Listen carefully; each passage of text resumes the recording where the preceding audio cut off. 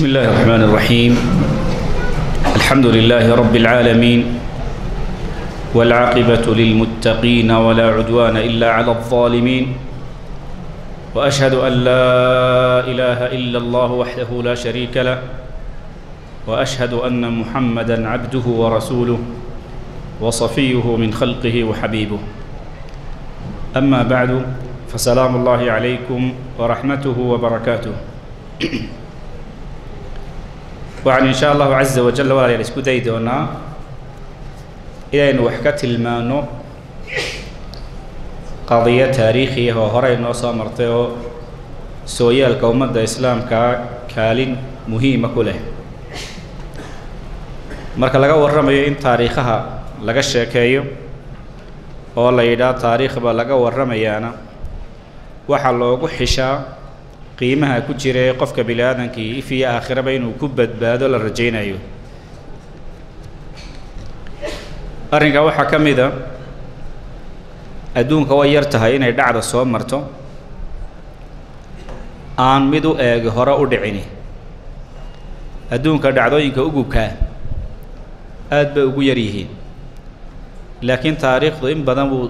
dib u soo noqotaa oo bilaadanku wixii shalay dhacay ba haddana maanta dhaco 50 sano kadib dhaca oo markaa taariikhdu qiimo weyn bay leedahay. qodobka labaad ee loo daraaseeyaa waxa weeyaan haddii qofka bilaadanka aanu taariikhdiisa haynin, tagtadiisii haddaanu wax ka aqoonin, taagantiisana aanu garanaynin, timaadadiisa ma sii odorosi karo, tolowse wuxuu dhici doonaan isma oran karo. sidaa darteed waxaynu ka warrami doonaa caawa صلاح الدين الأيوبي رحمة الله عليه oo nin muslima ahaa oo hogaamiye ahaa iyaynu taariikhdiisa ka warrami doonaa. maadaama taariikh iyo hogaamiye iyo dagaal iyo colaad aynu ka warrami doono, intaynaan Salaaxudiin al-Ayyubi bilaabin waxaynu ka horreysiin doonaa waaga iyo waayaha Salaaxudiin ka soo dhex baxay sidii uu ahaa. ummadda muslimiinta ah waxaa lagu xisaabiyaa marka la kala qaybiyo taqsiimka taariikhiga ummadda muslimiinta loo qaybinayo waxaa la yiraahdaa taariikhdii nabiga calayhi salaatu wasalaam, yani dawlad nabi maxamed intuu noolaa al-ahd an-nabawi, deedna waxaa la raaciyaa al-khilaafa ar-rashida, khulaafa ar-rashidiinkiyo ka soo bilaabmaya abubakar, cumar, cuthmaan, cali, الحسن بن علي سدا ku jooga. kadibna waxa la raaciyaa dawlad bani umayya ee muawiya ibn abi sufyan rahmatullahi alayhi ugu horeeyay hogaankeeda iyo intii ay jirtay ilaa la soo gaaraya 332 taariikhda hijrada ah. waqtiga ayaduna dhacday casrigii dawladda al-Abbaasiyya ku xigay. marka casriga dawladda al-Abbaasiyya iyo dawladda islaamka awoodeedii ay kala baahday qaybaheedii dambe oo dawladda al-Abbaasiyya laba qaybood ba loo qaybiyaa waqtiga ummadda muslimiinta u talinaysay. qaybta hore waxa la yiraahdaa ahdul quwa oo waxay gacanta maamulku ugu jiray madaxda reer bani Abbaas sida taariikhda ku taqaanaan Abu Ja'far al-Mansur iyo Harun al-Rashid ragida ikhtarta ahaa ee maalintii qaraarato iyagu hubka qaadanaya baxayay عمورية إنانتا عمورية كأويدا طلع يا مسلمين ترى هذا مدحونه هو بحيه جيش مدحي سنة عمورية جوغان كحين دونا يلي دبدي سنة أي بغداد ولي كتشتو يان كودا قال تجي دونا يلي دقاجية وقت قام مركز لقي ما دو يا واحد صابح ذي عصر الدولة العباسية أي عصر هذه اللي بعضها ضعيفتي أو أي دولة ذا كهوس بحين dawladaha ka hoos baxay inta waxa kamidaha ugu caansanaa dawladii Masar ka dhalatay Maghrib al-Arabi, dadna Masar ku dambeysay ee loo jiray ad-dawla al-Fatimiyya ama ad-dawla al-Ubaydiyya loo jiray. dawla al-Ubaydiyya waa dawlad u nasab sheegan jirtay. mu'arrikhiinta intooda badan waa nasab sheegasho been ah. Maqrizi iyo culimada qaarkoodna waxay nasabkoodu uu ku aroori jiray bayna Fatima binti Rasuulillah sallallahu alayhi wasallam. marka dawla al-Fatimiyya iyo dawla al-Ubaydiyya labada magac baa loo yaqaanaa. qoladaas halkaas ay ka fadkudiyeen oo dhinacaas ay haysteen. dawladda muslimiinta dawladda reer bani Abbaas al-Khilaafa ar-Rashida Baghdad joogta waxaa gacan u ahaa gacan midi waqtigaa u ahaa ciidamo Turkiya oo iyana dee sida nidaam federaal iyagu haystaan madaxda waxaan sultaan waxay nagaga beegnaa markaa saddexda mushkiladee ugu waaweyn ee waqtigaa taagnaa Salaaxudiin soo bixi doono waxay ahaayeen dawladdaasi arrimaha gudaha marka laga hadlayo dawladda الدولة الفاطمية لا يلاحظوا إلى مصر هيسته أو ميل بدنهم أفريقيا أنا قعنت كل كتير أبود وين له دولة أنا أن كأمر قاضنين فكر كيف عارفين إنسان فكر خلدان وياهي أو أي علماء هي وحجرتك هي سياسيين تواوين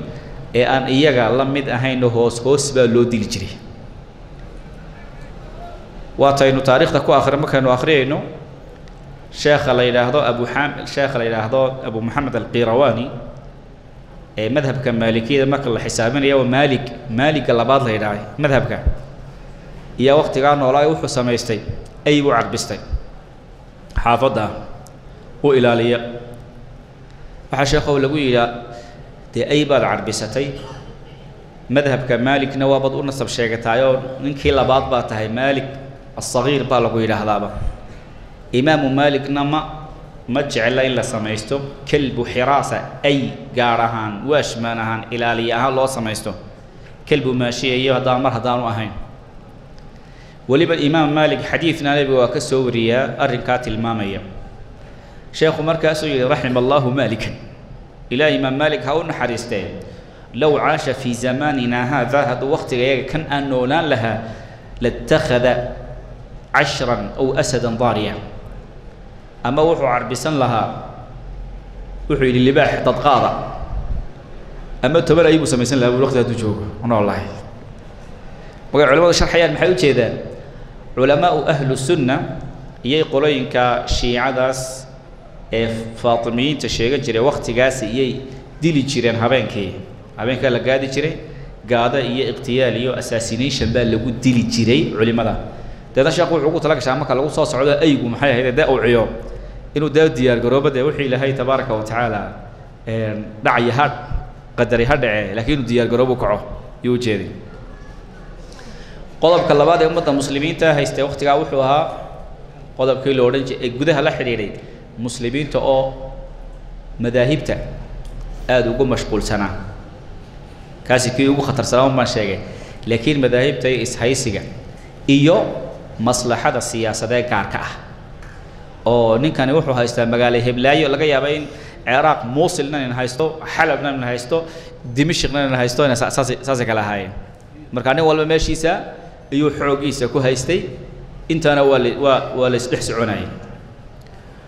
قضب كصدق هذا وجوه إلى أمة المسلمين توقت جاه هيستوحوها لولنك عدو جيد دي بدك كجا إيمان يول لبوجي يسقون لها لما كنت قال الصليبيين تا ماذا حوي وقت جو بلا مبوها قال ذا صليبيين تانا رومان كمرك الله هذا اليوم حديثا عن صحابة المؤرخين تنقر روح إلى هذا حي حديث لوريا أرانا يا نبي قال جور سدول لويدي بل بدأ الدولة دودة رومان كي فارس كورر لأن حديث كان عن صحيح محل لقول شيء نبي يقول إلى أساس يعني وحال الشيء إنه يجي فارس هردي يلا هرديود واحد في سما لها هذا فارس ما كان يصير لا يسكرعه لا فارس بعدها لو يريد مايه لكن مركي الروم لو يدور حدي إنها ذات قرون وريت هاسي قرنية جريسة حديث كاسي صح معها لكن حديث صحيح حويان النبي يقول شيء عليه الصلاة والسلام إلى قيامها يعني يصلح عمرية ينقلها صومها كريستيان كم أحاديث النبي واحد نوشك تاني يصلح عمرية ينو لا تقوم ساعة هي تقوم ساعة والروم أكثر الناس إن إلى قيامها يصلح رفنا ينو يعني من كاسي أحاديث ينوشك تاني صحابي جليل كهاي مستورد القرشي هي حديث كان النبي كوري عليه الصلاة والسلام عمرو بن عاص أو نمن كاسي سفيعا ولد دجالمي وميل بدن كحرية مصر كمتها هنا وحيدي وربنا نجاهب سوى حد شيء يسوي نجاهب سو مركزه يدي وركنا نقول شيء النبي كان كمغلي نمن كان القلاق قيام ودعي يسوي تهاجم ولي markaasuu yidhi mar haddii aad sidaa tidhi ood nebiga ka maqashay inna fiihim la khisaalan arbaca nimankan aynu ishayno ee kiristankii 4 tilmaamood bay leeyihiin wuxuu yidhi innahum la axlamu nnaasi cinda fitnatin waa nimanka markay balaayo dhacdo dulqaad badan waa niman dulqaad badan wa awshakuhum karratan bacda farratin markay jabaana waa rag hore isku soo abaabuli og wa akharuhum ifaaqatan bacda musiibatin markay balaaya ku dhacdana waa niman balaayada ka soo kaban og wa khayruhum limiskiinin wa yatiibin wa daciif marka ummadaha kale la garab dhigo waa niman u damacsan qofka itaalka daran la hiyo qofka agoonka hiyo qofka miskiinka ah mala watanaynu u qaxaynaynu dee caydhow dooranayna soo sida maaha yurub loogu sii socdo ma lahayn ila dad masaakiinaho aabahoodii hooyadii la waayey lambe intaasoo beenood baa la akhriyay leeyahay wuxuu yidhi camru bn caas wa khaamisatin xasanatin jamiila mid shanaad oo qurux badanna way leeyihiinow nimankaasi boqorradooda iska celiyaan amnacuhum lidulmi lmuluuk dadka ummadaha kale marka loo eego waa niman dulmiga boqorrada iska celiya marka lagu yar qayqaylun bay isdhiibaan soo maaha bay dhahaan war la wareegay gala wareega un bay dhahdaan soo maaha idan nimankaasay ahaayeen loolanka ugu weyna wuxuu inaga imay nimankaa roomaanka oo loolankogu inagu bilaabay nebi maxamed calayhi salaatu wasalaam intii uu noolaa calayhi salaatu wasalaam oo ay khatarta nebi maxamed ka soo foollay calayhi salaatu wasalaam ka cabsoonayeen oo iyagii asxaabtii nebigu isku dhaceen dagaaladii dawmatljandal iyo daatu salaasil iyo mu'ta iyo tabuuk iyo nimankii la kaga hortagnay weeyaan markaynu masar iyo bilaadu shaamba ka xoreynay khilafaa urashidiinku intii ay noolaayeen dee nimankaasi loolankaasi weli may joogsanin laba waxaa kaloo dagaalku inagaga socday bilaadkii la odhan jiray andalus sbain ee aynu xoreynay waqtigaas dagaalka isaga waa inaga soco muslimiinta berigaa waa la soo eriyey berigii hawsha adag lagu waday bay ahayd xaggana waxaa ka dagaalamayey oo u gurmanayay andalus dowlatu lmuwaxidiin oo bilaad almaqrib alcarabi ka jirtay iyaa u gurmanayay isla waqtigaasi saliibiyiinta waxay isku dayeen inay muslimiinta si uun muslimiinta inay cunahay hayeen adduunkii meelihii la marayay badihii bay gacanta ku hayeen lafdhabarka adduunka ahaaye inay si uun u galgalaan bay doonayeen gumaysigii dee gadaali nagaga dhacayna way u socdeen marka culimmadu markaa taxayaan loolankaa saddexaad ee meesha yaallay ee dibadda inagaga imanayay loolan wuxuu ahaa ay sabab u tahay oo dabada ka riixayo arrin diineed oo dagaal siyaasadeed ku jiro oo dagaal bulsho ku jiro oo dagaal dhaqaale ku jiro oo nimankaasi ay doonayaan inay nagu soo weeraraan muslimiintu waqtigaasi midnimadooda way dhaawacanta horaan u sheegay madaxtinimada la isku haystaa waan sheegay andalus waa laynaga qabsaday waan sheegay muslimiinta culimadooduna waqtigaa furuuca alfiqiga aad la isugu haystaayo xaalad waxay waa la murmayaa ummadduna markay muranto cadowgeeda ka faa'iidaysta waqtigaas ayuu oday kiristan ahaa oo culimadii dee wadaadkoogii yurubday kii ugu weynaa baaba orban athani baa la odhan jiray iyaa yurub wuxuu la dhex maray war niman yahow aynu nimankii ka soo ceshan oo dhulkii aynu haysan jirnay baytulmaqdis ka mid ahay waayo nimankaasi dagaalka aynu ku qaadnay markii waqtigii laga tago asxaabta iyo taabiciintii laga tago waxa la wareegay qolada turkiga la yidhaha khayr allaha siiyey oo dowla alcabaasiya gacan ka heli jiray asalaajiqa isma taqaana dowlatu salaajiqa salaajiqadii iyo waqtigaa gacanta ku hayo ummadda muslimiinta halka ka difaacayay oo meeshay galaanba nimanka kaga dabagelayay waxay dhacay dagaalkii koobaad ee la yidhaahdo alxarb asaliibiyatu اluula oo ay muslimiinta oo sidaa u hurda intay soo galeen ay 4 magaalo 4 gobolo waaweyn gacanta kaga dhigeen ay gacanta ku dhigeen raha antakiya طرابلس iyo بيت المقدس intaaba gacanta muslimiinta lagaga dhigay waliba maalinta la qabsaday sida leeyahay 200 oo sanadood bay haysteen oo laga qaaday mad ka warar marka waxa weeyaan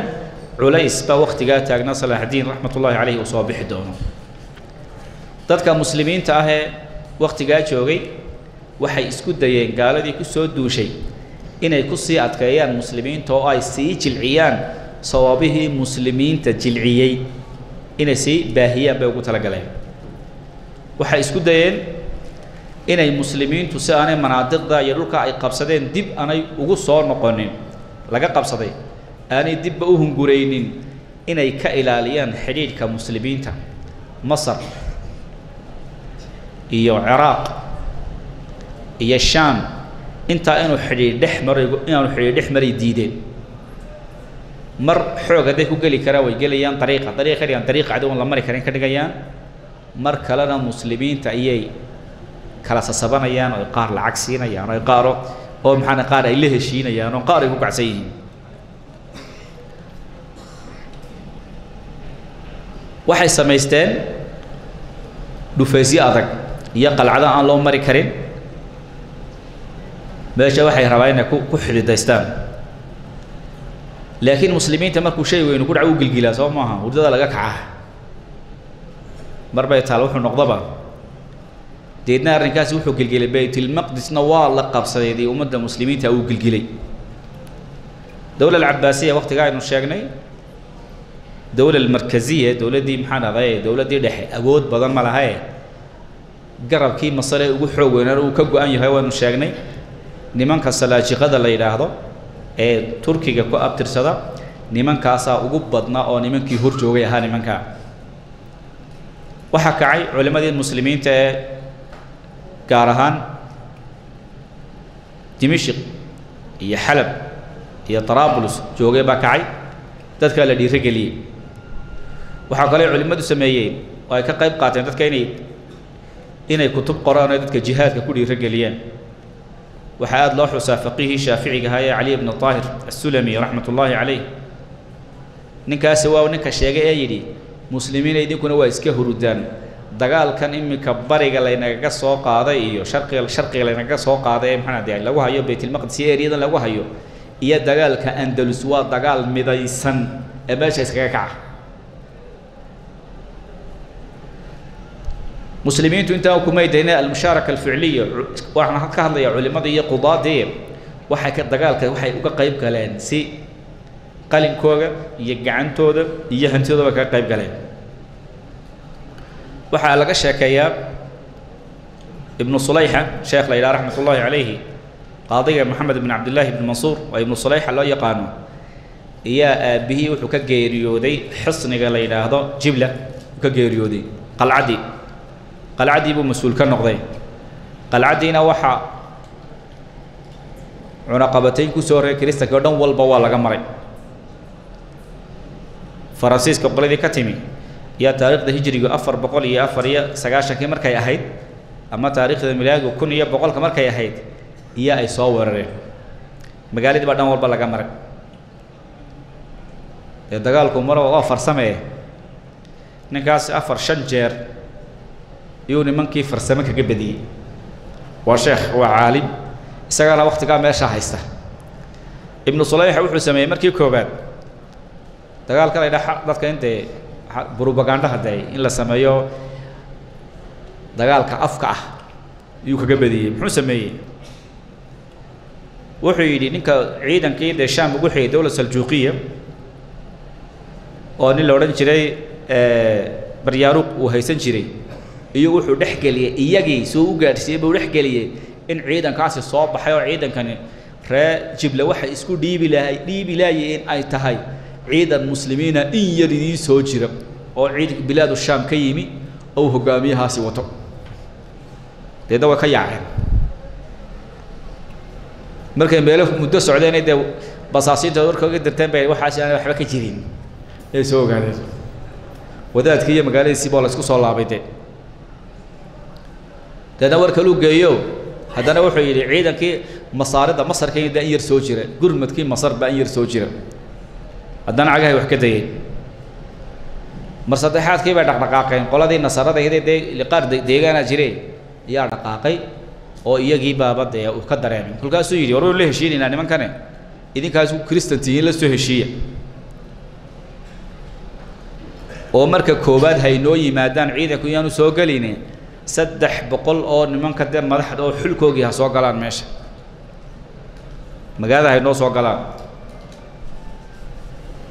magaalada meelaha laga soo galiyo dariiqadana wuxuu soo dhigay ragii markay soo galeen magaaladii si ninba mid loola hadhayay xabadi kuma noqon 300 ba birtu ka aslay ugu dambaystii yaa nimanka dee ilaahay ninkani ogaan uu inaga waxaan wax kama jiraan ninkani warkiisa aynu meesha burburino dee markaa way qasantaa miyuu wax kala hadhay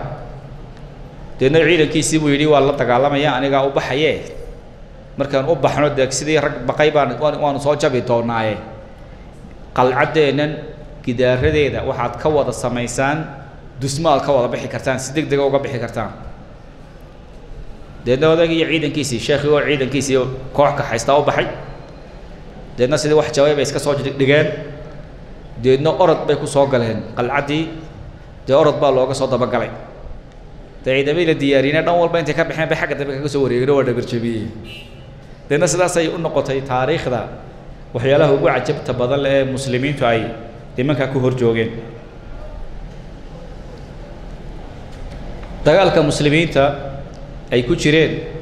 culimada ku jirtay ragga madaxda ku jiray qaar kamida ragga ku jiray dumarka ku jiray laakiin guud ahaan marka la qiimeynayo waxa la yiraahdaa nimanka la yiraahdo salaajiqada ee turkiga ku abtirsada nimankaas ugu badnaa muddo hadda laga joogo 9 sano meelahaasi yaa waxa la kulmay sheekh qoraayo oo jiray Ahmed Barkhad Maax oo Soomaaliya oo mu'arrikha oo دوري سديت كيني كقرأ كتاب داركتين ماذا يحدث في الصومال محاكى السعودة وقتها أو قرأ وثائق عن الصومال وإثيوبيا وإريتريا نقاس على كل ما يو تاريخ ذا سكور صدوح يقولي بقول كيبا تضباطا إيش هذا متك يقولي ما قرنا يلا كون تيار بقعدنا يعني وحولي بقول كيبا تضباطا ذاتك مسلمين تأه إدر إلهي لو دلي جهاد كردنتي هدي قال الله حسابيو قال ذا تركيا إيه نقول يا بقول كيبا تضباطا حنقول لي حاجات كآخر وحيقول لي أنا يقولين مؤرخ أنا عندي كتب تأخر أنا تاريخ تقانا أنا وإيه مرخاتي كعي دونتا هذا الحاجة آخرك عبستنا إلهي وأحمد برخد ما يحبع يدي بيقول أنا إنك أضيع سانك هي سجايري أنا إلهي أنا قال له هرت جاي بيد أرنك ما كان أضيع الله سواء ترسل وقت جاه الضباب أيام مجالات الله يلاحظ موصل عراق كتال وحق عنت كهيي إلا يلاحظ نور الدين عماد الدين زنكي عماد الدين زنكي موصل بو هايستا وأمير لكن وان درين دينيد كجيرو او colaadaasi ay kicisay dawladda العباسية أنا صاحب ولا يهايو اسكو محما وقتigaasi inkastoo ay jirtay waqti ay isku xumaayeen waqtiga aynu marayna waa inaga hore u soo tilmaanay ragay ugu caansanay mujaahidiinta ahaa madaxda ahaa ay mamduud iyo kamid ahaayeen asan qoriye ay kamid ahaayeen turkiga ahaa waxa iqtiyaalay qolooyinka la yiraahdo al-baatiniya shiicada ka soo horjeeda ayaa ninba habeel beel ku diray ninkaas Imaad ad-Din Zanki la yiraahdo iyo dagaal buu qaaday intuu muslimiinta xogaa ka haystay iyo dagaal qaaday taariikhda hijrigu markay ahayd 539 wuxuu weeraray 4 qalcadood ee meelo laga qabsaday Baytul Maqdis iyo Antakiya iyo Raha iyo Trablus iyo wuxuu weerar ku qaaday Imaarat Raha boqortooyinka halka sameysteen mid kamid uu ku qaaday dagaal ku qaaday إلهنا سبحانه وتعالى وكقول يو كقبصة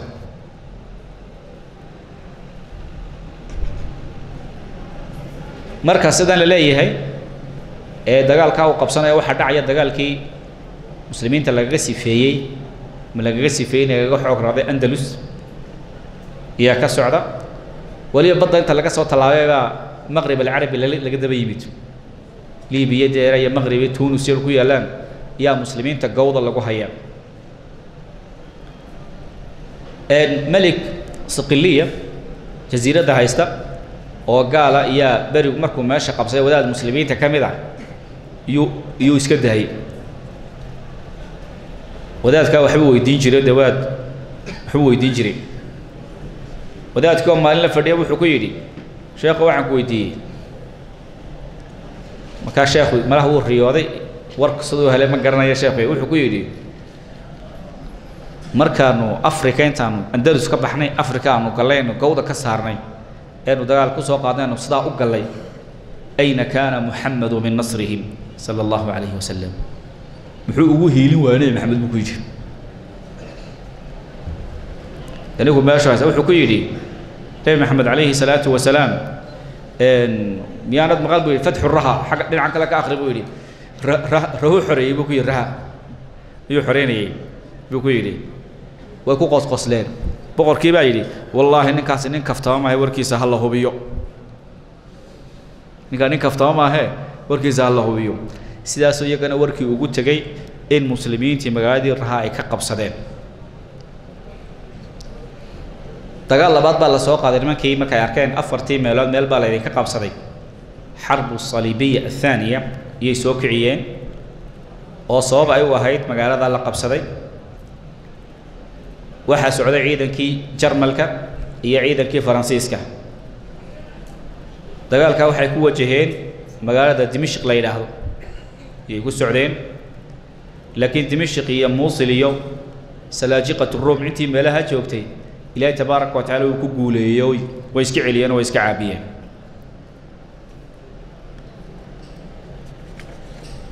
oo Dimashq may qabsanin nimankaasi aan horaan uga baxno salaaxdiisi aan u gaarno nimanka la yiraahdo salaajiqada ee waqtiga joogay ama muslimiintu difaac ay ka galeen gudaha iyo dibaddaba waxa ka mid ahaa inay sameeyeen madaaris wadanka lagu baahiyay oo Ciraaq ka bilaamo la yiraahdo al-madaaris an-nidaamiyya oo sultan Albi Arsalan Saljuqi oo Turkiga ka soo jeeday iyo wuxuu dareemay nimanka la yiraahdo shiicada warkoogu inuu khatar yahay dagaalkoogu inuu fikirna u baahan yahay sida huba uu u baahan yahay deedna wuxuu wasiir ka dhigtay nin la amaanay oo lagu reeyo magaciisa loo oran jiray nidaamul mulki loo oran jiray nidaamul mulkina wuxuu sameeyay madaaris buu sameeyay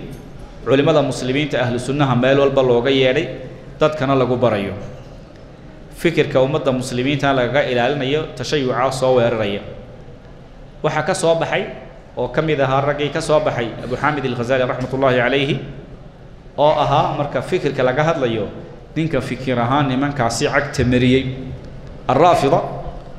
وعد ظاهرهم الرفض وباطنهم الكفر المحض فهم يتسترون بالتشيع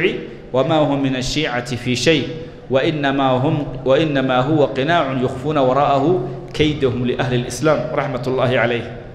كلمة داس وقشاق وقرينا وحي نقطين هل هاي أمة المسلمين تا سدا طبك أجارا ورنمن كني رافضة الشيعة يعني دم أهان وقالوا أو قرصنا يعني إن الشيعيين النبي محمد أهل كيسي يقول نصب شيعة يجعلهن ويكردوا من يعني حريد لما لها وحيري وجههم بيكون قرصنا يعني سيا إسلام كأشر قولان وين الشيعة waxay dileen mamduud way naga sheegaynay in waxay dileen salaaxudiin bay isku dayeen waxay adu rag badan bay ka siiyeen culimada muslimiinta hatta maxanaday Arbi Arsalan Saljuqi iyaga loo tiriyay inay dileen sidaa darteed ma waxay haayeen colaadaasi aad iyo aad ugu xeel dheer tahay ninka daba Nuuruddin ee xoreeyay ruha ee magaalada Mosul la ilaa haystay wuxuu yiri warmanka aynu xoogna ku darno buu yiri oo Masar aynu dawladda muslimiinta ku soo celino muxuu sidaa u leeyahay Masar shiicada waa la isku haysta dhexdeeda la isku haystaayo way taal daran tahay boqorkii haystay Baytul Maqdis waqtigaana مر بعيد بو صادر هذا الدجال كو صوغلا واحد جرب امتحانه وزير كا مصر بشاور بالو رنجري شاور محو سمينيا مر عليا مركي نمانكا صليبيين تهي قبسن غارانay meesha la wareegayaan iyo orad muslimiinta isku soo daayaan war bal soo gurmada Ciraaq iyo Shaam iyaga soo gurmada marka ciidankii muslimiintu Masar soo galay ay nimankii arkaan intii ciidanka dib u noqdaan iyo yiraahdaa iyagana iga baxa meeshan iyo nimanka waaniga waa kuwa tagay iska socda mala meeshan aad igu haysataan haday ka bixi waayaan kuwi dib ula soo heshiiya warka halay ka saar anaga ka gardarnayna kale igala saar kuwan shaqada saasayd ilaa ugu dambeysay insha Allah laga takhalusi doono markii koobaad yaa wuxuu diray Nuruddin Zanki Imaduddin Zanki wuxuu diray nin la yiraahdo Asaduddin Shiruko Asaduddin waa Salahuddin adeerkii Roma bishaawiro la soo yiriiday way nimanka laga rido marka waa laga ridayo ninkii meesha loo dhiibay kana waa laga isaga lagu celiyay mar labaad ba hadana dib loo weeraray oo waxay ahayd marka hore 1339 marka labaadna waa 500 iyo marka 500 iyo 39 500 iyo 2 iyo 60 500 iyo 4 iyo 60 marka hadaba saddexaad u dambaysa iyo boqorkii Ubayd Faadil al-Faatimi haystay oo xanuunsaday taal darnaaday arrinkiisina faraha ka baxay kiristankii nimankii ay ku soo dhawaadeen iyo wuxuu soo qaylo dirtay muslimiintii u yiri waryaareen wari soo gurmada waxba islama haynay waxaanu doonaan u ahaanay al-aad bi amri Allah iyo wuxuu yiri ay bal ii kaalaya nimankan loo soo gurmanaya waa nimanka aynu sheegaynay laakiin wadanka loo gurmanaya hadaa taariikhda akhridaana nimankaasi waxay aaminsan yihiin dadka waxay ku wadaan waa yaab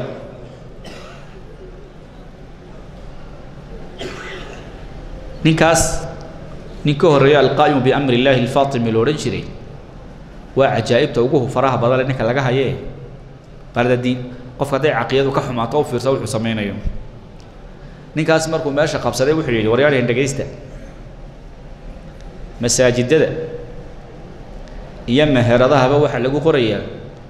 aflagaadii khulafaa ar-raashidiinka iyo azwaaj an-nabi waa lagu qorayaa saashiicadu caalan soo taqaanaan waa lagu qorayaa hada masaajidada lagu qorayaa wuxuu yiri ay maqlaysaan taraawih lama tukan karo la shiicadu taraawihda waxba ka sheegaa soo maaha taraawih lama tukan karo taraawih nin kaliya tukaday yawmadii tukay masaajidkiisii isaga mu rabaanta dhameystay baa la dilay sadarteed 8 sanadood laguma tukanin Masar taraawih lama arag wuxuu yiri qoladii kristankii buu tagay horyaareen kristan u dhageysta waxaad wadanka isaga baxaysaa ama waxaan idin qorayaa معتب كيلو دي كيلو 3 كيلو يا هذا قرط كوسين ساعه soconaysa ninkii sida hawsha wadaad ogtahay qaarna way isaga tageen qaarna way yeeleen waxay mar dambe la kulmayaan waxay ku yiraahdaan boqor waxaan doonayaa diinteeda isaga noqono kuwii waan musnaydo sida isaga noqdo doo fiirso masaajidada qaar waxaan rabnaa kama saxade adooniga doo fiirso wuxuu yiri dumarku ma soo bixi karaan guriyaha way joogaan qaar guriyaha ku dhex qaday jiray way soo baxeen intuu qabtay guriga ka jaray tii soo baxday waa la dilaa fariin baa la soo qortay waxay dumarkii yiraahdeen guriyaha gaajaan ugu dhex dhimanayna ilaan waxbaan wagaad uga baahanahay seen wax u hela wuxuu waajib ka dhigay ganacsade ninka ganacsadihii silca kasto iibinaya inay wadanka al-Qaahira inay sakad la maraan sida ka warama albaab sawla hormaraya sakad ma jirto macnaheedu badeecad farda ma jirto sakad ba si dumarku wax uga iibsadaan oo markuu hormarayaan bay ka iibsanayaan dumarku ay soo baxayaan ma soo bixi karaan bahal maxaaraday majarafad leego yu sida ninka yu sameeysanaya ninka ganacsadayo intuu alaabta sida ay dhaabo albaabka lagala haduu sida u gelinaya marka haday ruuxaasi ku qanacda meesha joogta intay qaadatay lacagtan ugu soo ridaysa wax aynkaas oo kale wada arbushaday لو هو وحفر سمحونه هذا بحملة داسي لو جرماني مصر يا وحى هجاميني إن لا إله هذا مركز الاتحاد أسد الدين شيركو أي صلاح الدين الأيوبي أديركية صلاح الدين الأيوبي ماشوا كالصباح وكهنا قاضي لا أركي صلاح الدين الأيوبي اللي يري وطه مرة صلاح الدين هذا كالصباح أو أديركي أو مصر لا دري مركز الاتحاد أو راعي أو عيدا كي كريستان كهاي مصر كسو سعودي قلدي كدفاعي سي إيا خلق إيا جرمت كي لو جرمنا يي الدولة الفاطمية يعني كي قدام بيا هيسي العاضد بأمر الله لو جرمنا يي إيا صلاح الدين الأيوبي سقى الله سعودي أو تجي هذا بس سؤال شو حتى هاي صلاح الدين الأيوبي ويا تهاي ده وما هو أنا صار هذا أدير كي ولا سعودي واكل صلاح الدين يوها صلاح الدين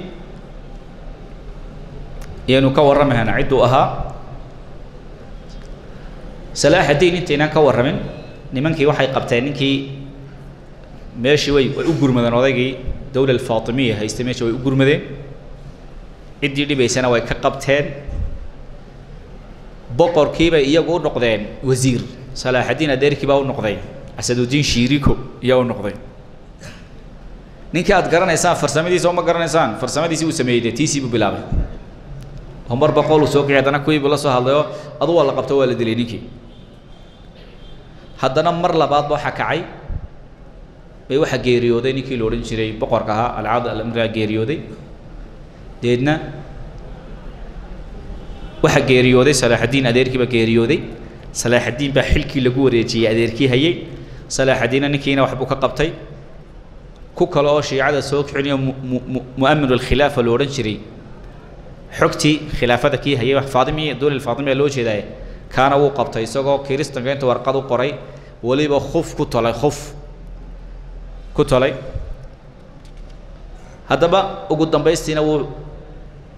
دولة دي واحد لو دعين جري منابرت لو قد عند دولة الفاطمية وبدليو دولة الخلافة وجوكتي بغداد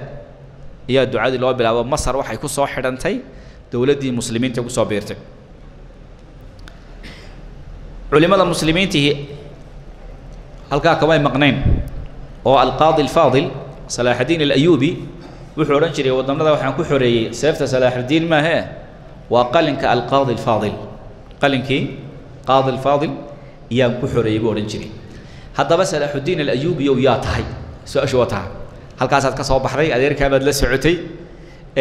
واحد كتمد موصل أما واحد كتمد دمشق واحد لسعوت أدارك أسدين شيري هو مركز الاتحاد وجرمد الدولة الفاطمية نيكي وجود بيي جرمد وصاعد صدي صلاح الدين الأيوبي وانين كردية عراق وقوي العراق شمال العراق وتقنا سوما أكرادا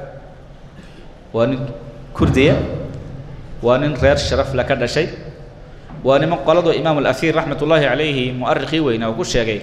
وير إنهم أشرف الأكراد لأنه لم يجري على أحد منهم رق أبدا صلاح الدين يريركو ومركا ريروك على أبتر الصدان وانن أكراد قال ذا كردية وانن كردية روح أو كسي يهي خيرها أجو شرفت بدن له أو وح شرفت أو كتل ما يعني واحد تهاي غير كأنن كم إذا ولي جل ما أدون سنبويج يجوا حاجة كي يمدى مركا هذا بقى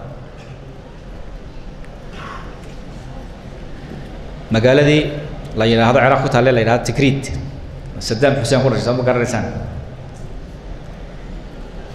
يا به ما هي أووجي شادي سيف الدين محمد صلاح الدين ابن نجم الدين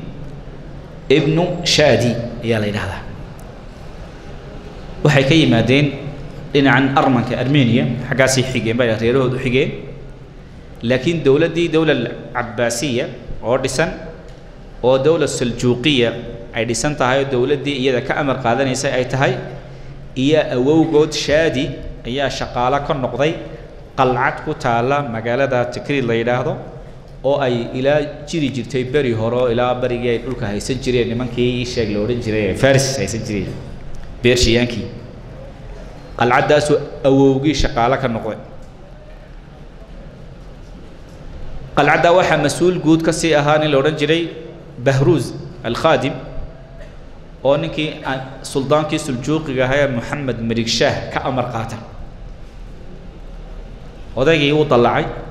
meelo badan buu soo gaadhay manaasib badan buu qabtay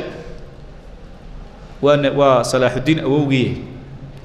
markuu meelaha badan qabtay wuxuu u yeedhay xaafadoodii laba wiila uu dhalay najmuddiin ayuub oo salaaxuddiin aabihii noqon doona iyo asaduddiin ashiiriiko alqaa'id alacwar ma taqaanaan ee markaa taariikhda la akhriyayo ninkii aynu imika masar u dirnay ee masar joogay waa ninkaa kurdiga ah ee salaaxuddiin adeerkii ruma ah odaygii salaaxuddiin awowgii markuu geeriyooday qalcadda gebigeediiba waxaa lagu wareejiyey salaaxuddiin aabihii najmuddiin baa lagu wareejiyey suldaankii saljuuqiga ahaa ee moxamed maligshaah la odhan jiray ayaa ku wareejiyey dhul fiican oo ciraaq ka midana waa la siiyey walaalkii asaduddiin shiirikoona dhul fiican baa la siiyey salaaxuddiin alayuubi aabihii qalcadu tigriig isaga oo haysta iyaa nin ka mida ciidamadii maxay dhahdaa federaalkan idhahda waa niga imika lahayn dee dowla alcabaasiya ka amar qaadanayay laakiin waa dowla suljuuqiya qalcadii bahruus haysan jiray ee imika uu najmuddiin ayuub oo haysto oo salaaxuddiin alayuubi aabihii uu gacanta ku haysto iyaa nin ka sameeyey khalad ruux dumara u geystay ninkan la yidhaahdo asaduddiin ee salaaxuddiin adeerka waaba adkaysan waayo ninkiibuu gacan wax kaga qabto ninkiibuu dilay ninkan uu dilay wuxuu ka tirsan yahay bahruuskii meesha haystay ciidankiisii wuxuu xisaabsan yahay ciidankii baqdaadi buu xisaabsan yahay arrinkaasi markuu dhacay iyaa habeen baa lagu yidhi oo habeenkaas wuxuu dhacay ragga inay soo diyaar garoobaan in la dilo la doonayo iyo ninkii meesha haystay ku yidhi dhagaysta najmuddiin ayuub iyo asaduddiin sida hadda aad tihiin caawa haddaa ka bixi weydaan meesha qalcadda haddaa ka dareeri weydaan wuxuu idin gaadhay idinkaysa soo gaadhsiiye isla habeenkaa ma garanaysaa habeenkaas ay meesha ka qaxayeen buu salaaxuddiin alayuubi dhashay odayga aabay wuxuu yidhaahdaa cadowguna waa na erinaya anaguna waan dhuumanay ilmaha dhashay sooma ooyade ya mar baa idhi kurka ma ka jirtaa kan dadka waxa cadowgeeda kusoo jeedinayahay yaabaan is yidhi buu yidhi nin ila socday baa yidhi buu yidhi war maxaa ninkan dee kuma jira hawshane laga yaabo inuu ilaahay qaa'id khatara ka dhigay iska dah mu'arikhiintu waxay sheegaan markuu caloosha ku jirayna inay hooyadii ku riyootay inay seef caloosha ku sido seef inay dhalayso ay ku riyootay salaaxuddiin alayuubi halkaasuu ku dhashay salaaxuddiin aabihii iyo adeerkii waxay ka qaxeen tikriig waxay degeen almuusil bay tegeen muusil waxay marti ugu noqdeen cimaaduddiinkii dirayey imika adeerkii dirayey cimaaduddiin ninkii loola jiray muusil haysan jiray ee raha xoreeyey ilaa waqtigaa xor may ahayne iyay marti u noqdeen waanu soo dhoweeyey waayo waqti ay isku dhaceen dowladda baqdaad oo ciidankiisiina la jebiyey isagana la daba socday intay qariyeen bay qalcaddana iyagu maamulayaan geliyeenoo abaal bay u hayeen abaal buu u hayay saa darteed buu iyuu halkaa ugu soo dhoweeyey kadibna waxay ku biireen hogaamiyaashii ciidamadiisay noqdeen marka ay muslimiintu xaggaa iyo shaam u kaceenna ay xalab qabsadeenna xalabna waxaa buu ku wareejiyey wuxuu u wareejiyey dimashq buu ku wareejiyey yuu geeyey labada nin bay hogaamiye ka noqdeen waa salaaxuddiin aabihii iyo adeerkiiba halkaasuu salaaxuddiin ku barbaaray waxay muslimiintu dib u xoreeyeen yani cafan day ay ka qabsadeen qaa'id qoladaa kale la shaqaysanayay ka xoog roonaaday ay ka qabsadeen magaalada la yidhahda xalab bay ka qabsadeen xalab waxaa loo dhiibay najmuddiin ayuub salaaxuddiin aabihii saa darteed aabihii buu xalab kula noolaa ku soo barbaaray adeerkiina hogaamiye ciidan buu ahaa aabihiina wakaa meeshaba amiirka ka ah labada nin aabihiin waqtigaa wuu ka maqnaayo waa kan adeerkii oo loo diray masar waa ka raacay sidaasuu salaaxuddiin raxmatullaahi calayhi iyuu ku soo baxay salaaxuddiin alayuubi sidii aynu sheegnay wuxuu gacanta ku dhigay wasiirkii ra-iisul wasaarihii masar buu noqday madaxweynihii ugu dambeeyay dawla alfaatimiya wasiiru noqday markuu dhintay adeerkii asadudiin markuu geeriyooday waynagu sheegaynay wuxuu la dagaalamay waa kii ninkii bashaawirkii waa ka takhalusay dad badanna waa ka takhalusay oo dee ka soo horjeeday maxaa kale uu sameeyey wuxuu sameeyey ducadii loo ducayn jiray dawla alfaatimiyana waa bedelo muxuu ku bedelay in loo duceeyo amiir almu'miniin kii joogay baqdaad ciidan fiicanna wuu samaystay wuxuu aqoonta iyo diinta iyo madaaris u sameeyey doo fiirso markuu qabsaday almadrasa salaaxiya iyo almashhad alxuseyni iyo almadrasa nashr athaqaafa السنية iyo almadrasa alfaadila iyo daar alxadiid alkamaaliya sidaasuu salaaxudiin alayuubi maanta wuxuu u socdaa in ay ummadda muslimiintiihi aqoontan iyo ay kula tartami karto shiicadan iyo ciddii kaleba shiicadana ay ka hortagaan madaariska uu sameeyey waxa kale uu sameeyey culimadu soo dhaweeyey alqaadi alfaadilka aynu sheegaynay iyo alxaafid السلفي أبو طاهر بن عوف الإسكندراني iyo cabdullaahi ibnu casroon iyo dee rag badan oo aanaan tirin karaynin buu soo dhaweystay waxaa geeriyooday ninkii isaga soo diray laftiisii baa geeriyooday horta aabbihii baa laga daba keeno aabbihiina waa u yimi laakiin waxaa geeriyooday ninkii la odhan jiray cimaaduddiin cimaaduddiin markuu geeriyooday waxaa xilka la wareegay ninka la yidhaahdo نجم الدين محمود ويسقون أضيق هرا ودلعي الزنكي تيدنا دول كيبو سي قبصدي وهو سي حوجيستي إلهي وحو قدري إنه نكي ندنتو ونكي عماد الدين ويل كيسيها الإمام العادل محمود اسنو جيريودي مركا وحا الإسويدية مركا هل كان مريسو الدولة الأيوبية بلاب ما يساي الدولة الأيوبية قور ما بلابنتي هذا السؤال بلا سويدية الدولة الأيوبية كورما يا بلابنتي لأنه واحد قال هذا واحد بلابنتي مركو مصر تجيبه ووزير كانوا قضي بلابنتي ما واحد هذا واحد بلابنتي مركي وحلك لوريجي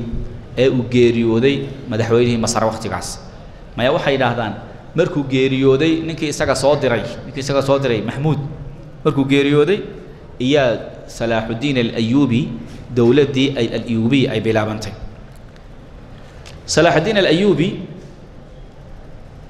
تلاوي يبقى قاضي سئو تقالدا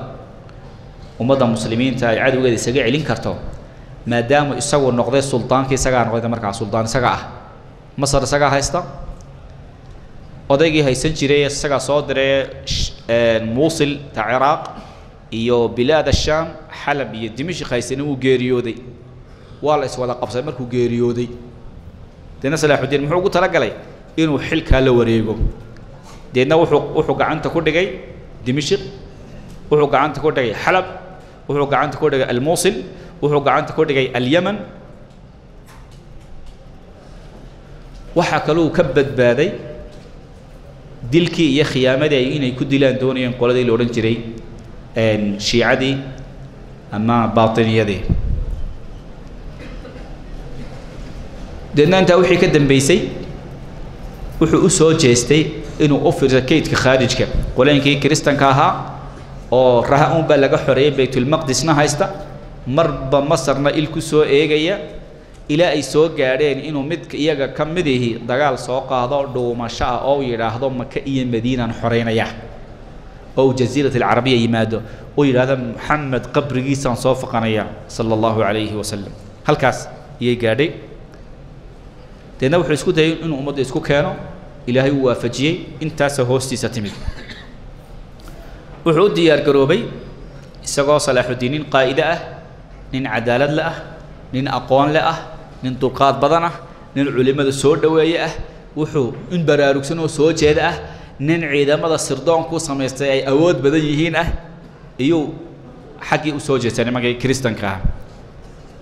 xadiga sugtaanba waa maxay de waa saddexda arrimood ugu darnaade Salaah Diin al-Ayyubi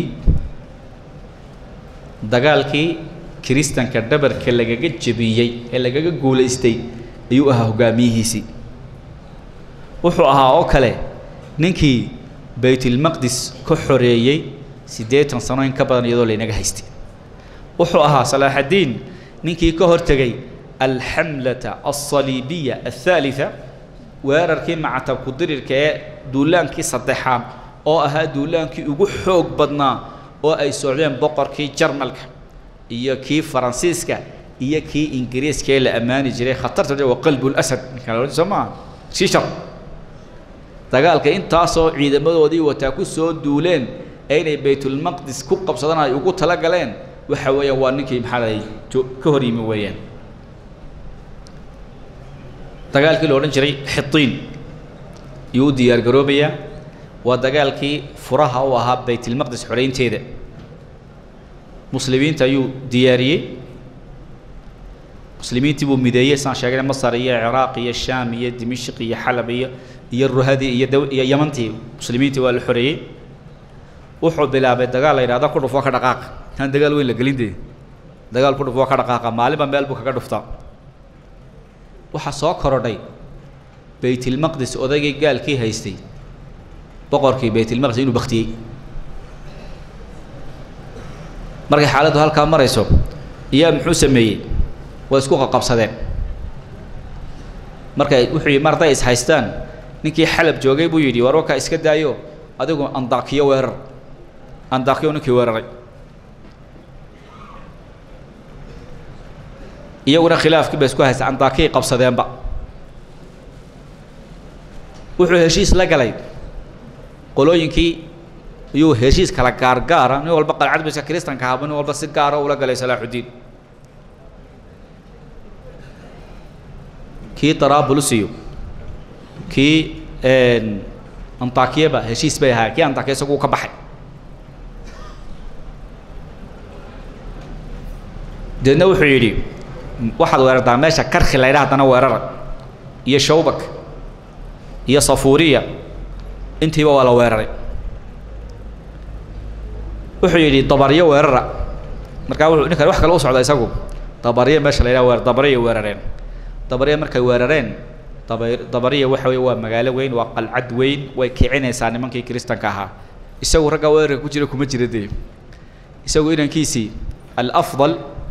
ibnu salaah ad-diin al-ayubi iyo ciidankii muslimiinta yidhi ku soo ururi ii soo ururi ciidamadiina way soo gaareen isaguna wuxuu tagay meel baytulmaqdis iyo u dhaxaysa oo xitiin la yiraahdo iyo dabariyo u dhaxaysa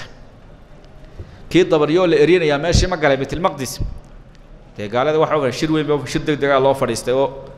lagaga hadlayo oo leeyahay maxaynu yeelaa hawl baa inagu soo korodhay deedna khilaafaadkeena aynu ilowna oo aynu muslimiinta iska dhicina bay ku heshiiyeen waayahay ma halkan aynu ku sugnaa in tanba lagu soo socdaa dhici karta la yiraahdo baytulmaqdis mise waxaan u gurnaa dabariya ninkii dabariya haystay wuxuu yidhi war dabariyaha u gurmanine أنا أقول مع أوريه دي كتير ماشى وح خير كم صوص عداه إنك دايا نسيك لو قبصنه نمان امتحان ما يجري وعب صانع يا مسلمين تبارك وقال يا واحد وعب صانع بكوي ده دجال وين أي نقادنا مركز الدجال لو دنيا هي أو بقر كي بيت المقدس هو جاي من يا أصاب حي أو طبري أسي جرمان يا سي صعلة نحن يا وجرة يا نحن صلاح الدين الأيوبي يوم عيداً كين كيسو كاني الأفضل يا دحده ugu jira صلاح الدين الأيوبي wuxuu yiri marka halka marayso iyaguna way tashadeeno ma dagaalkeena hore ku dhufo ka dhaqaaqday baan sii wadnaa mise mid lagu kala baxaan galaa dadka waa kala qaybsameen wuxuu yiri marka waxa go'aanka uu ku qaatay ma mid lagu kala baxo macraka tanfaasil aynu galayna deedna waxa loo galay nimankii baa loo soo dhuuntay ciidanka muslimiintu waa ciidan nastay oo degan oo gaadiidkoogu maxaa dhahday nasteen oo biyo dhex degan oo 4-5 cisho meesha iska joogay oo ka kala yimid dhulkii aynu soo sheegnay diyaar bakri iyo masar iyo xijaaz iyo ka wada yimid oo wuxuu yidhi war ciidanka inta laga mar dambe inuu iman doono garan maayee imikaynu degaynaa waxaanu dagaal baynu imikaynu ka fuudhiyeelna dagaalka buu yidhi halkii baa iyadoo la socdo la yimi jeeshkii gurmad kaaya Tabariya u socday iyo Salaaxadiin oo dhufayska ugu sii jira iyo halkii isugu yimid taariikhdu waa 583 hijriyada muslimiinta dhan walba ka maray iyaguna waa daalan yihiin laakiin daali way sarkina buur bay dhabarka saareen dagaalkii baa la isku qasay nimankii baa dagaalka inuu ku kuliyay markay arkeen iyo markii baa inuu baxsado waxa doonay ninkii Taraabulis haystay ay Dabarayo hoos imanaysi ee lahaa war meesha dagaalka hayna gelinay wixina kala difaacan lahaa wagaasuu Salaaxadiin yiri u banaya dhinaca u banaya siiday kaasi intiisa waa siideysay intii kala cidla laga helay muslimiintu waa ku garaaceen ku kala xagga dambe joogayna xoogaa yar buu la badbaaday intii kala gaadh baa laga qabtay say mu'arriqiintu yiraahdaan waxa isugu tagay markuu dagaalku soo meel xun maraya oo nimankii laga xoog raaday oo ay buurta sii faranayaan oo ay calanadoodii taagi kari waayaan kii boqorka mooyaane taambuugii boqorka kaliya taagan buurta ka taageen iyo muslimiintii aan ciidanka ahayn ciidanka muslimiinta xaloo kala qaybay ciidankii de askarta ahaa iyo المطوعة إذا خرج جهاد كإله يقدر تويمي يعني يقول دولة ده كتير واجهات كانوا كلها إسكاجة مقاس دقولة أنا طلعوا كلامنا يا سعودي يا باشا صاق علي وحي قد عوسكي بوكوبين عوسكي بيدبقى بتسيه بيجونا طب إيش وحي أسعته حاجة إن ممكن دقال كلا جحرك رنا ده قال ده بيأسعته ممكن مورخين بحي ده وحي يسقط تجي كل الكي وقتك iyo kuleelkii dabka iyo qiiqi oo indhaha ka riday iyo kuleelkii dagaalka niga maxaa horay markaa nimanka way ku dhabatay maalinta buurta fikteedii u baxeen 5-6 jeer bay isku dayeen muslimiinta inay ka badbaadiyaan odayga markay jabeen ayuu Salaaxudiin kiisii yiri waan guuleysanay markaas ayuu Salaaxudiin yiri maya ilaa odayga la qabto oo taambuuska la dumiyo maya taambuugiisina waa la dumiyay isaguna gacanta lagu soo qabtay laftiisii oo ninkii Baytul Maqdis boqorkii haystay gacanta lagu soo qabtay ciidankoodii waxa ka badbaaday kii baxsadeen in sheegay Taraabulis haysan jiray kaasa baxsaday in xagga dambe joogayna xoogaa buu la baxsaday wixii kale waxa noqdeen wax dhintay iyo wax gacanta lagu dhigay waxa gacanta lagu dhigay boqorkii Baytul Maqdis waxa gacanta lagu dhigay karkii haysan jiray oo ahaa kii weerarayay maxay ahayd kii Xijaaz weerarayay waxa gacanta lagu dhigay kii Jibla haystay waxa gacanta lagu dhigay qaa'idkoogii guud nimanka markaas gacanta loo baabiyay maxaabiistii waa loo keenay Salaaxadiin al-Ayyubi boqorkii biyo qabowgeeda uu soo dhaweeyay oo iska sii daayo laakiin ninkii arnaad dooran jiray karka haysan jiray ee khaayinka ahaa ka wuxuu yiri isaga ma deenayay ninka 2 jeer baa nidar ku galay hore iyo nidar ku galay markii uu masaakiinta safarka ah ee isagoo waliba muslimiinta heshiis ka dhaxeeyo uu dhacay iyo markuu dagaalka xagga Makka iyo Madiina ula kacay 2 jeer baa nidar baan ku galay oo sidaadii isaga badbaado ma laha halkaas uu ninka ka takhalusay maadaama halka laga takhalusay dagaalkaasi waa dagaalkii Saliibiyiinta dhabarka ka jabiyay وانا دجالكي الباب كأفري إن بيت المقدس جعنت على جودكو أسبابها المسلمين تقول ليستين ويفربدينهين وحكم إذا يسيف عنو ديار جروبين إن جهات كسون ولين إن الشريعة وقت جاء أوجين إيا إن محاجة هيدين إلهي كقولي دجال كاسي دجال كاسنا أفرا النقضي بيت المقدس الحرية أنت كذب دجال هذا مسوج وجنيه وكو سعودي عسقلانية غزائية مالك لا قعنت لو دغاي waxa la hareereeyay Baytul Maqdis baa la gaaray oo 60 kun oo ciidan ah joogan muslimiintiina sidii soo diyaar garoobay oo diyaariyay maadaama meel walba isaga yimi dagaalkii waxa lagu bilaabay 22kii Rajab baa dagaalkii lagu bilaabay 583kii ciidamada muslimiintu waxay siteen gantaalihii madaafiicdii loo oran jiray manjaniiqa oo 12 muslimiintu waxay wateen ciidamo la yiraahdo an-naqaabuna oo kuwa dalooliyayaasha wateen waxay daloonayaan darbiyada iyo qalcadan bay doonayaan inay dumeel laga galo iyo duminayaan muslimiintu waxa wataan ciidamadii arrumaa falaadhaha ridayay waayo cadowgu u dagaalamaya qalcadiibna uu ku jiraa dushana wuu saaran yahay ciddii u soo dhawaata waa fallaadhihiiba la leefsiinaya markaa muslimiintu si ay naqaab intu u gaadhaan dee waa in madaafiicdana loogu garaaco waa kow waa in kuwan soo taagan ee muslimiinta fallaadhaha ka dhacayna fallaadho lagaga soo rido waa in lagula dagaalamo halkaa markay marayso salaaxudiin wuxuu yidhi dagaalkan laga joojin maayo ha lagu qaado markay nimanku xaaladda ku adkaatay bay bilaabeen inay isdhiibaan war waanu isdhiibaynaaye arrinka waanu isdhiibaynaaye nadaaye salaaxudiin ayuubi uu diiday wuxuu yidhi inaa isdhiibtaa ayaa idinka yeelaya horta de waqtigan isdhiibana idinkama rabo waxaanu rabaa 491 maanta waa imisa waa 583 laakiin 491 sanadkaad qabsateen baytilmaqdis sidii aad u qabsateen oo kale aan u qabsadaan doonaya wixii aad yeeshado kale inaan samaysaan rabaa nimankii dagaalkii bay ku noqdeen haddana dee nimo waa laydin leynaya la yidhi maxay samaynayaan way sii wadeen balne mar labaad aynu ku noqono salaaxadiin bay dhahdeen kii maalintii ciidankii jabay xagga dambe watay intii dambe la soo baxsaday kii baa loo soo diray markuu salaaxin diiday buu ku yidhi salaaxudiino haddaba dhegeyso soo sidaa maaha annagu waxaanu dagaalka waxaanu la yarka gabanaynaa nafta waanu jecel lahay dee noolan doonaynaa dadka meesha ku jiraana ma yare way badan yihiin fariintaada markaan gaadhsiiyey iminka annaga waan kuu sheegaya dhegeyso horta waxaanu laynaynaa ubadkayaga dhegeyso ubadkayagaanu laynaynaa ooryahayagaanu laynaynaa muslimiinta maxaabiistooda oo 5,000 oo gacanta ku helana waanu dilaynaa askartoo kaliyaanu soo reebaynaa baytulmaqdis waanu maxaan aday waxa yaala dhan waanu kala luminaynaa hantida waanu gubaynaa annaguna kadib inta ileen waxaanu dagaalka u joojinaynaa waxaanu doonaynaa inaanu naf la badbaadnay markaa idinna waxba naga heli maysaane markaana waanu dagaalamaynaa ilaa nin kastoo annaga naga mid ihi dee ama uu nin dilo ama intuu abooda uu dilo kolkaana aanu dhiman si sharaf laanu dhimanaynaa mar haddaad naga diiday inaad nala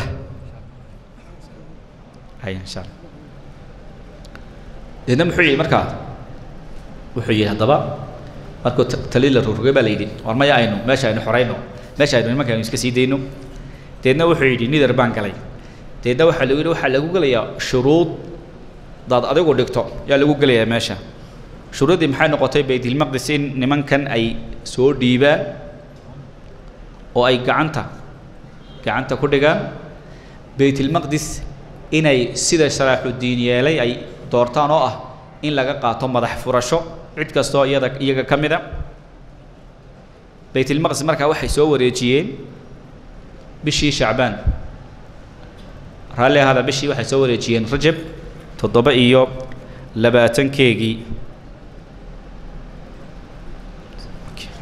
war fiican shahaad baad mahadsan tahay khayr allah ku siiyo rajab 27 soo wareejiyeen waxa xasuus mudan in 4 shacbaan laba arrimood in la keenay meesha ninkii la odhan jiray maxamuud zanki inuu ninkaasi xalab ku sameeyey oo ninkii dhiman doona dee salaaxadiin ninkii u diray masar weeyaane inuu sii sameeyey mimbarkii la dhigi lahaa mimbarkii baytilmaqdis la dhigi lahaa lagu khudbadayn lahaa inuu sii sameeyey oo la soo qaaday waxa kale oo la yaaba ninkaasi maalintuu baytilmaqdis xoreeyey may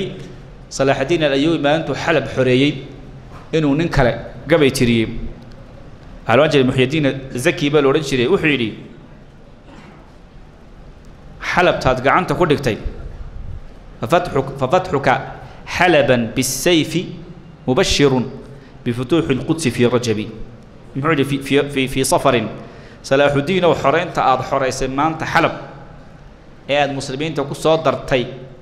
waxay fura u tahay baytilmaqdis inaad furan doonto bisha rajab sooma rajab aynaan ku jirin imika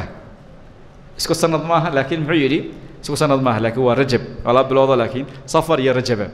markaa bishii bay noqotay sidaas iyaa nimankii waddankii lagaga saaray maxaabiis ahaanna ay uga baxeen madax furashana looga qaatay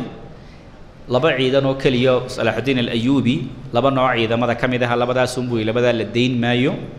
ugu dambaystiina waxa ku xigtay nimankii inay Yurub ku qayliyeen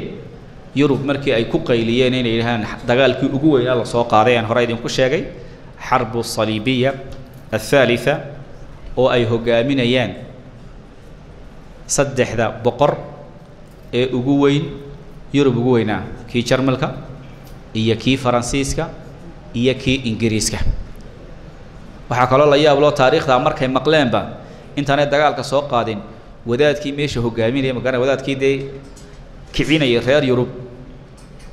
oo Orbaan الثالث loo oran jiray kii bariga hore soo kiciyay ka yaraa maalintii loo sheegay la yiri waa linaga xoreeyay wadankii dagaal weyn baa dhaco xidin la yiraahdo waa linaga qabsaday fariintii markay gaadhay ee loogu xigsiyay Baytul Maqdis waa la qabsaday halkii bay kaga kutay saga fuudintayba qul muuti bighaydikum in Allah aliyum bidati sudur kii ku xigay lagu xigsiyayna yar buu ka dambeeyay bil buu ka dambeeyay wadintay kii saddexaad baa ku soo qanciyay boqorkii Almaaniya Frederick iyo kii Faransiiska Philippe Augustus iyo rishaarkii qalb al-asadka ay carabtu u bixisay ninka adka deedna dagaalkii bay soo qaadeen waxay ku guuleysay inay caka qabsadaan laakiin way ku guul daraysteen inay soo gaaraan inay Baytul Maqdis ka soo agdhawaadaan deedna heshiis bay kaga noqdeen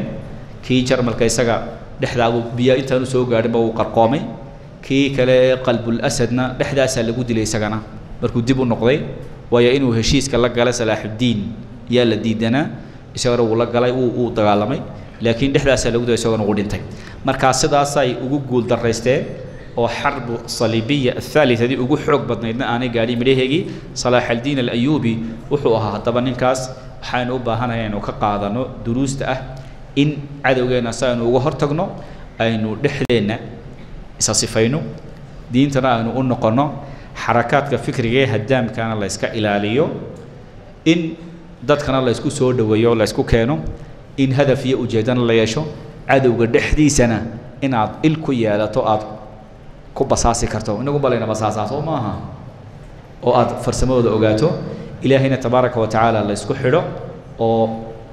jihaad afle oo qalin leh oo bari hore seef baa loo oran jiray hub leh day loo diyaar garoobo caalamka muslimiinta maanta halku maraya waa halkii Salaaxudiin markii uu joogay waqtigiisa waqti ka sii liita oo nin walba ninka ku xiga iska ilaalinaya weeyaan ilaahay baynu ka baryana subhanahu wa ta'ala inuu nawaafajiyo khayr kale ilaahay baynu baryana weydiisanayna inuu ummadda muslimiinta inuu hogaan fiican u sameeyo inuu ibraam rushdin ummadda muslimiinta inuu ilaahay tabaaraka wa ta'ala siiyo wa sallallahu wa sallam ala nabina Muhammadin wa ala alihi wa sahbihi wa sallam